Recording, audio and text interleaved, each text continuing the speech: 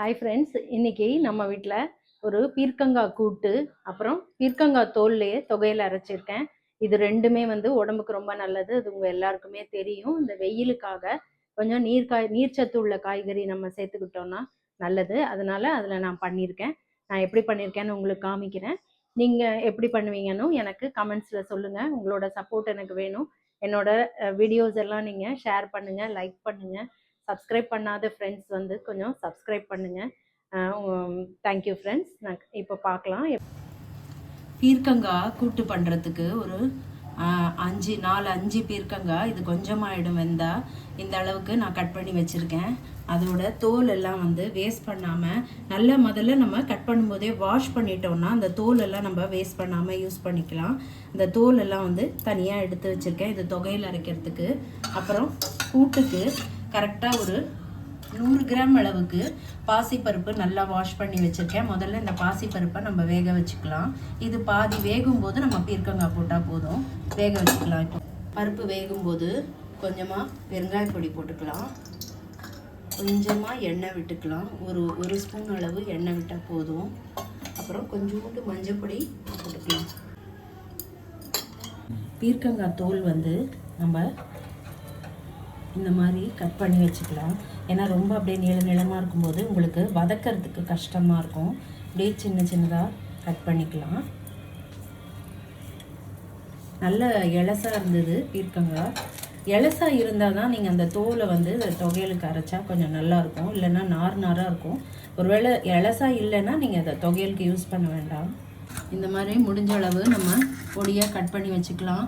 ஓரளவுக்கு வதக்கிறதுக்கு ஈஸியாக இருக்கும். இப்போ இதில் நீங்கள் பாதி கூட யூஸ் பண்ணிவிட்டு மீதியை நெக்ஸ்ட் டே கூட வெங்காயம் தக்காளி அந்த மாதிரி சட்னி அரைச்சிங்கன்னா கூட அது கூட சேர்த்து போடலாம். ரொம்ப நல்லாயிருக்கும் டேஸ்டியாக.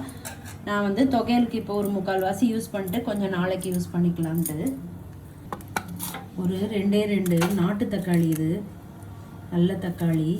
இது நம்ம ஆர்கானிக்காக வாங்கினது. அதனால் இதை நம்ம ஃபுல்லாகவே யூஸ் பண்ணிக்கலாம். இதை கட் பண்ணி வச்சுருக்கேன். தொகையலுக்கு ஒரே ஒரு ஸ்பூன் ஆயில் விட்டுக்கலாம்.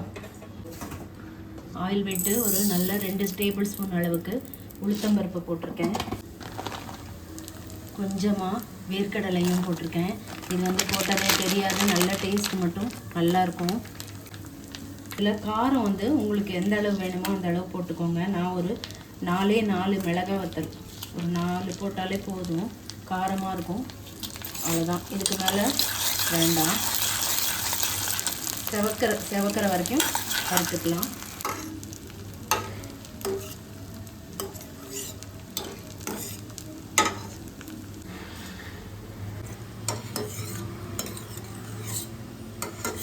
இந்த அளவு செவந்திருக்கு, நல்லா செவந்திருக்கு. இப்போ இந்த தக்காளியை சேர்த்துக்கலாம்.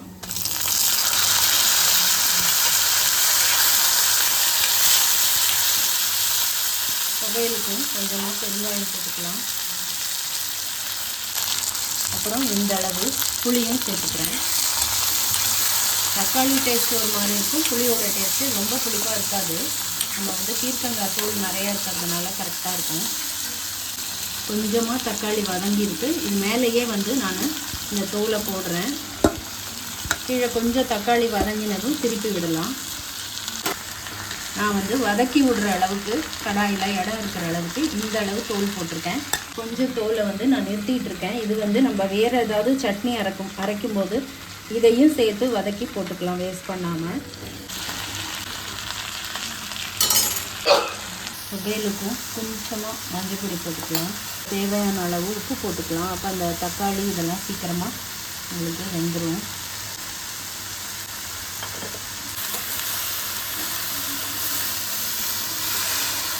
இது நேச்சுரல் இது ஃபார்ம்லேருந்து வாங்கினதுனால நான் தக்காளியை ஹாட் வாட்டரில் கூட வாஷ் பண்ணல, நார்மல் வாட்டரில், டேப்லேயே இப்போ சம்மர்னால சூடாக தானே வருது, அதில் வாஷ் பண்ணி நான் தக்காளியை ஃபுல்லாகவே யூஸ் பண்ணுறேன். அந்த கண் இருக்கிற பகுதியில் கூட நான் கட் பண்ணி எடுக்கலை. ஏன்னா நம்பிக்கையான ஒரு ஃபார்ம்லேருந்து தான் நான் வாங்கியிருக்கேன். நீங்கள் அந்த மாதிரி தக்காளி கிடைக்கலன்னா அந்த கண் இருக்கிற பகுதியை கட் பண்ணிவிடுங்க. கட் பண்ணிவிட்டு நம்ம தொகையலுக்கு சேர்த்துக்கோங்க. நல்ல ஹாட் வாட்டரில் எப்போவுமே வாஷ் பண்ணிவிடுங்க. தக்காளியை மேலே மருந்து அடிப்பாங்க, அதுக்காக நான் அந்த மாதிரி வாஷ் பண்ணுவேன். கூட்டுக்கு அரை மூடி தேங்காய் வந்து எடுத்து வச்சுருக்கேன். இதுக்கு ஒரே ஒரு ஸ்பூன் ஜீரகம் போட்டுக்கிறேன். இதுக்கும் வந்து ஒரு 4 மிளகாய் வத்தல் போட்டுக்கிறேன். ஏன்னா இந்த நீர் காய்கறியெல்லாம் அந்த அளவு காரம் தாங்காது. அவ்வளோதான். இது இப்போது 3/4 வதக்கியாச்சு. இன்னும் கொஞ்சம் வதக்கினா போதும். பருப்பு பாதி அளவுக்கு கொஞ்சம் வெந்திருக்கு. இப்போ வந்து நம்ம பீர்க்கங்காவை சேர்த்துக்கலாம். பீர்க்கங்காய் வந்து வெந்தால் கொஞ்சமாகிடும். பார்க்க தான் அப்படியே நிறையா இருக்கிற மாதிரி இருக்குது.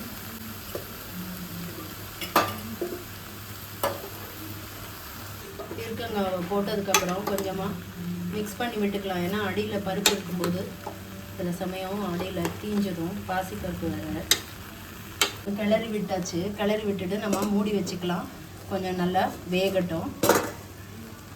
இப்போ கூட்டுக்கு ஒரு 7-8 முந்திரி போட்டுக்கிறேன். திக்காகும் கூட்டு, அதே சமயம் டேஸ்ட் ரொம்ப நல்லாயிருக்கும். அதுக்காக இதை வந்து நல்லா கிரேட் பண்ணிவிட்டு விழுதாக அரைச்சிக்கலாம். இப்போ இது தூள் வந்து பீர்க்கங்காய் தூள் நல்லா வதக்கியாச்சு. தக்காளியும் நல்லா வதங்கியிருக்கு. இப்போ நம்ம இதை எடுத்து ஒரு தட்டில் கொட்டி ஆற வச்சு அரைச்சிக்கலாம். நல்லா நைஸாக அரைச்சிருக்கேன். இப்போ பீர்க்கங்காய் வெந்ததும் இதை ஊற்றிக்கலாம். இந்த கொஞ்சமாக வேக ஆரம்பித்ததும் சின்னதாக கேப் வச்சு முடியிருக்கேன். ஸோ தட் அந்த க்ரீன் கலர் நல்லா அப்படியே இருக்கும், க்ரீனாகவே இருக்கும். வந்து ஒரு பாதி 3/4 வெந்திருக்கு. இன்னும் கொஞ்சம் வேகணும். அது நம்ம இந்த இதை அரைச்சோம் இல்லையா, அதை ஊற்றிடலாம். ஊற்றிட்டு அதோட சேர்ந்தே அது வெந்துடணும். நல்லா வாட்டரும் வந்து கொஞ்சம் நிறையவே இருக்குது, நல்லாயிருக்கும். இது கொஞ்சம் நேரம் 5 நிமிஷம் வேகணும். நம்ம இப்போ வந்து இதுக்கு உப்பு போட்டுக்கலாம். முதல்லையே உப்பு போட்டால் ஜாஸ்தியாக போயிடும். இப்போ உப்பு போட்டால் கரெக்டாக இருக்கும். இந்த அளவு உப்பு போட்டிருக்கேன். போடலைன்னா கூட நம்ம அப்புறமா போட்டுக்கலாம். கொஞ்சம் நேரம் திறந்து வச்சே கொதிக்க வைக்கலாம், பச்சை வாசனை போகணும். நம்ம தேங்காய் எண்ணெயில் தாளித்து கொட்டினா நல்லாயிருக்கும். ஒரே ஒரு ஸ்பூன் தேங்காய் எண்ணெய் ஊற்றிக்கிறேன். அந்த எண்ணெயிலேயே ஒரு ஸ்பூன் கடுகு போட்டுக்கிறேன். கடுகு வெடிச்சிருச்சு. இப்போ இந்த கருவேப்பிலையை போட்டுக்கலாம். போட்டு ஆஃப் பண்ணிடலாம். நல்லா வெந்திருக்கு. கிட்டத்தட்ட ஒரு 10 நிமிஷமாக வெந்துட்டுருக்கு எல்லாம் சேர்ந்து. இப்போ நம்ம இந்த அடுப்பை அணைச்சிட்டு தாளிக்கிறத போட்டுடலாம். தாளித்ததை போட்டுடலாம்.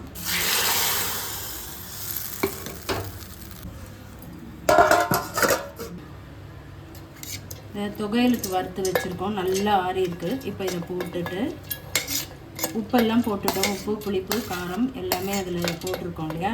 கொஞ்சமாக தண்ணி விட்டு கெட்டியாக அரைச்சிக்கலாம். அப்போ தான் அது சாதத்தில் பிசைஞ்சு சாப்பிடும்போது உங்களுக்கு நல்லாயிருக்கும். நீர்த்து சட்னி மாதிரி அரைச்சிடக்கூடாது.